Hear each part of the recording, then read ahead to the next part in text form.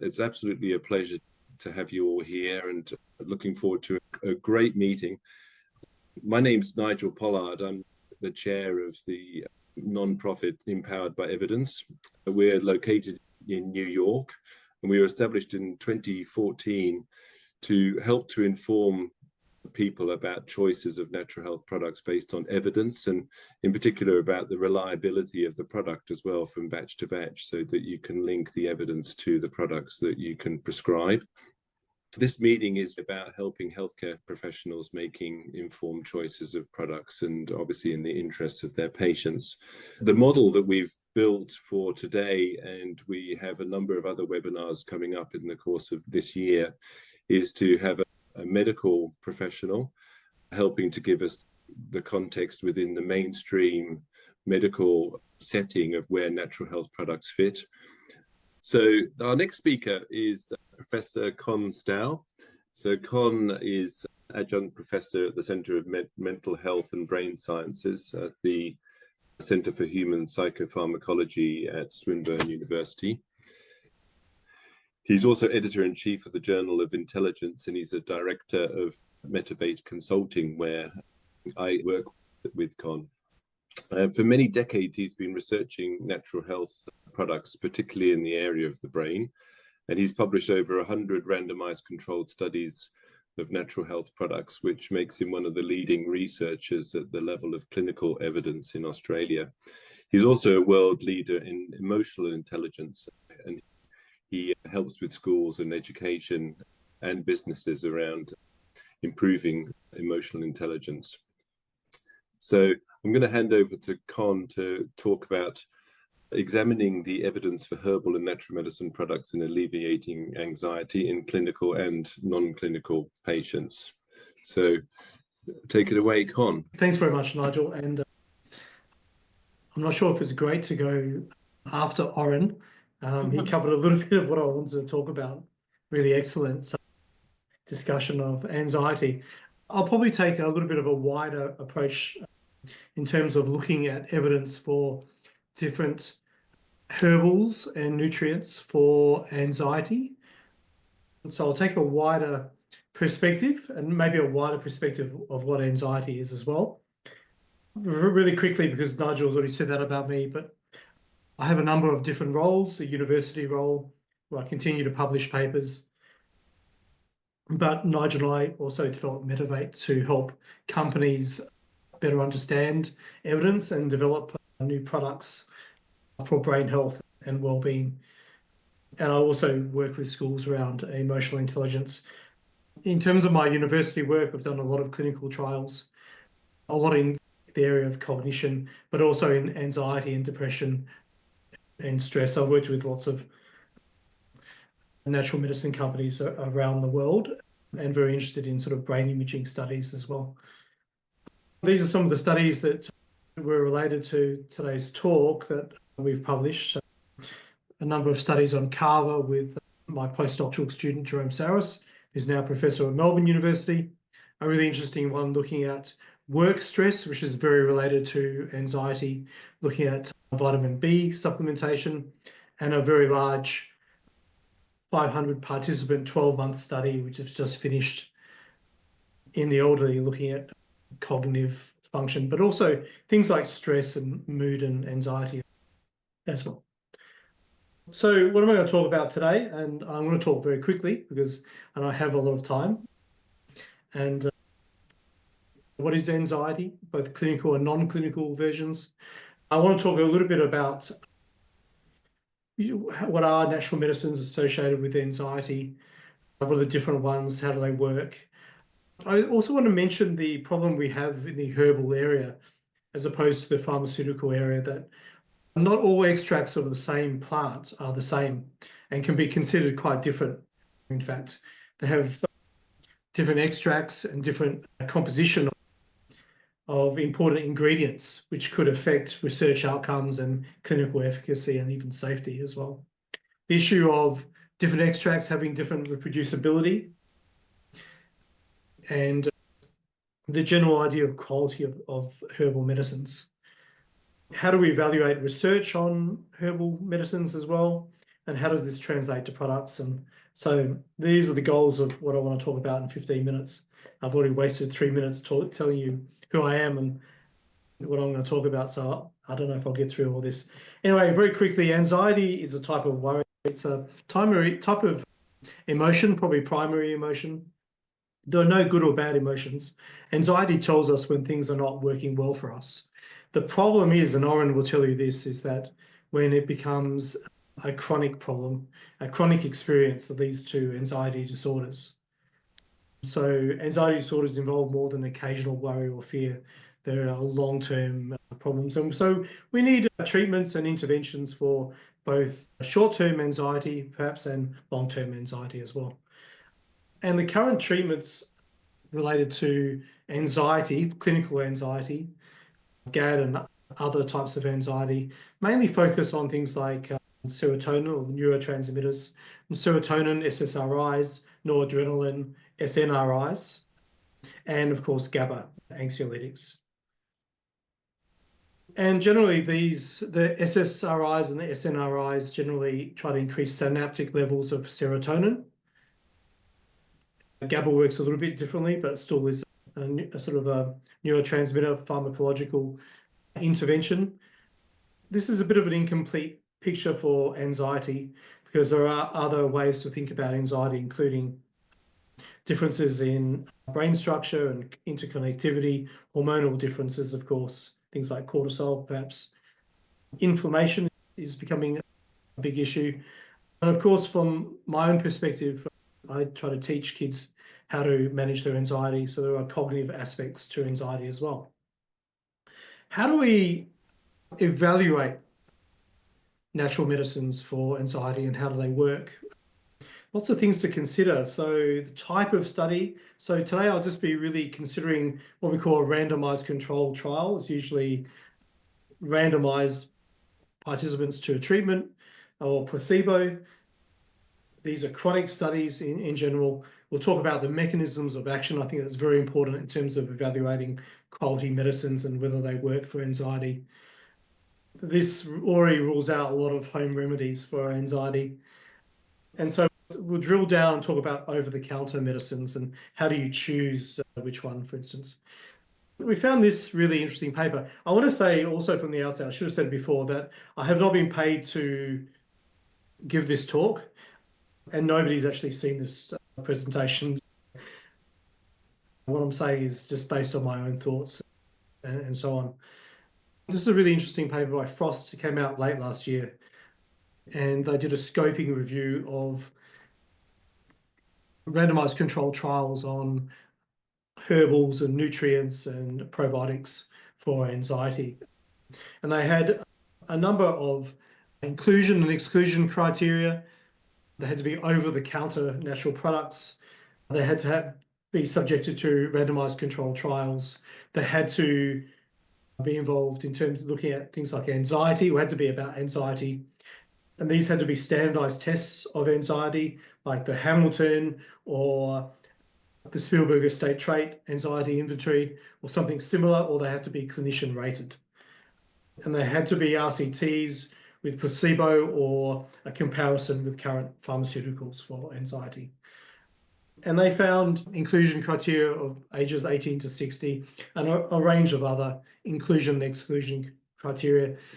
They initially found 1,346 papers that fit this criteria, but when they excluded papers that didn't fit for some reason, maybe they were animal studies or actually weren't RCTs when you go to read them, there were 69 RCTs that they included. And if you include those 69 papers, there were 75 products that had some RCT research behind them. This amounted to 46 single herbal products, 13 multi-herbal products, 13 dietary supplements, and 3 that are related to homeopathy. I can't talk about all of these today. I'm not going to talk about the multi-herbal products because once you start putting different herbs together, you don't really know how they interact, whether they're synergistic, antagonistic, and so on. So we won't talk about that. And I'm not really going to talk about too many about the dietary supplements, although I've done some research on that topic myself. And I'm not a huge fan of homeopathy, so that's my own bias. And I'm going to further, just because of time, I'm going to further narrow in our discussion. So I'm only going to include herbals, essentially, or plant extracts that have at least 3 randomized controlled trials behind them, okay? And this simply wouldn't work in the pharmaceutical industry where you need much more evidence, and it's much easier to do the trials as well. So if we take that criteria, then with 13 studies, with kava for anxiety, 5 for lavender, something called Galphemia glauca, which I've never heard of before this talk, and which I cannot find a single product anywhere in the world. Somebody else will, in this talk, will be able to tell me about that. It's from South America. Anyway, we'll talk about that in a little while. Saffron, valerian, and chamomile each have 3 and therefore meet the criteria. So there were non-herbals that also met this list, particularly probiotics. And probiotics are a new class of treatment for a range of health issues, but they're very complex. And rarely do you have a nasty tea with the same probiotic, which makes comparison very difficult. So that would be another talk, I think. So let me just skip to the research then. So kava, there are 11 random RCTs versus placebo, 2 RCTs versus pharmaceutical treatments, and 1 adjunct for another treatment. They were both clinical and non-clinical patients for anxiety. Hamilton was mainly used, but also the state trait anxiety inventory. There were different extracts and different doses, which makes it very difficult. The results show that 7 were better than placebo and 4 were not better than placebo, so very mixed results. 2 comparison trials with pharmaceuticals showed similar efficacy to the pharmaceuticals. 1 group, which I'm included in, we did 3 studies, showed 2 significant and 1 non-significant versus placebo. And that was because we used some slightly different extracts, I think. The doses were also different. And the biggest studies showed no effect, and the smaller studies showed an effect. That's interesting. I think it's hard to make too many conclusions on a positive note at this stage for kava. Lavender, I think, is the most interesting. 5 RCTs, 4 with the brand name Selexin, which Oren talked about, and 1 from capsules from dried flower. Selexin was all 80 milligrams between 6 and 10 weeks, or one study had 160 milligrams as well. Selexin versus placebo, 2 studies, Selexin versus either lorazepam, an anxiolytic, or paroxetine, SSRI. And Selexin was better than placebo. Selexin was equivalent to lorazepam, was better than paroxetine at the higher dose. And interestingly, the dried capsules, the non-Selexin was also better than placebo. So good evidence, I think, for Selexin, reduces anxiety. Quite large studies, which is really important. It's a reproducible extract, and the mechanism of action that affects GABA, which I think is very important. So a big tick, I think, for lavender and particularly Selexin. This one I've never heard of before. 4 RCTs, 1 versus alprazolam, 1 versus sertraline, and 2 versus lorazepam. Quite good evidence for this. They basically all show some effect, and less sedation than the anxiolytics and less adverse events. Saffron, 3 studies, 1 placebo and versus sertraline, different doses and different extracts. So very difficult to put all that information together and make a conclusion. All showed reduced anxiety versus placebo, very small studies in general. I think we need to do more studies on saffron. The mechanisms seem quite suited to an anxiolytic effect. Valerian, 3 studies, 3 different extracts. Again, 1 large study and 2 small studies. 4 weeks versus 60 days is the different chronic doses. 2 studies showed no effect, and 1 study reported an improvement, but provided no statistical analyses. So that was interesting. So I think we need more research on valerian. And others didn't meet my criteria for evidence, but these are things that are could in the future, or you might, if you have a different criteria, you might want to consider. So medicinal THC, medicinal cannabis THC, seems to have some other issues with it, that the side effects. Chamomile, potentially, passion flower. I don't think probiotics are early days. And I just want to sort of finish on really talking about some of the issues in terms of identifying an over-the-counter product. And so in Australia, we're quite crazy on Shiraz, for instance, but you can buy Shiraz at $6 a bottle, clean skin, or Grange Hermitage for $950 a bottle. And the quality of the grape, the way they make it and extract it, is completely different. And this is the same thing with herbal medicines. We need to find herbal medicines that are consistent, that we understand what the extract is composed of, and we do research on that particular extract. And there's not really very many herbals that fit that bill. And the same thing with ginkgo. There are hundreds in Australia that you can buy, not for anxiety, but for condition in general. But they differ widely in terms of what they're made up of. So there might as well be a different molecule in my ideas.